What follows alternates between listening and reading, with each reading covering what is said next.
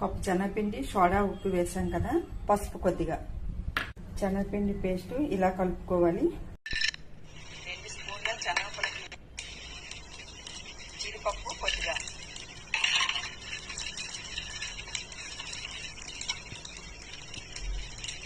నువ్వులు 2 స్పూన్లు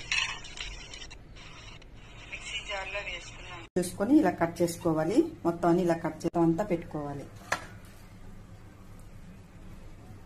ఇలా మొత్తం అన్ని మసాలా పెట్టుకున్న వంకాయలని ముందుగా కలిపి పెట్టుకున్న పేస్ట్లో వంకాయల నుంచి ఒక్కొక్కటిగా వేసుకోవాలి.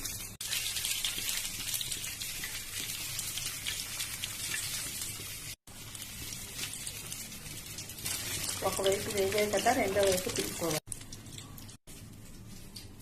వంకాయ బజ్జీ రెడీ అండి. మీరు కూడా ఒకసారి ట్రై చేయండి.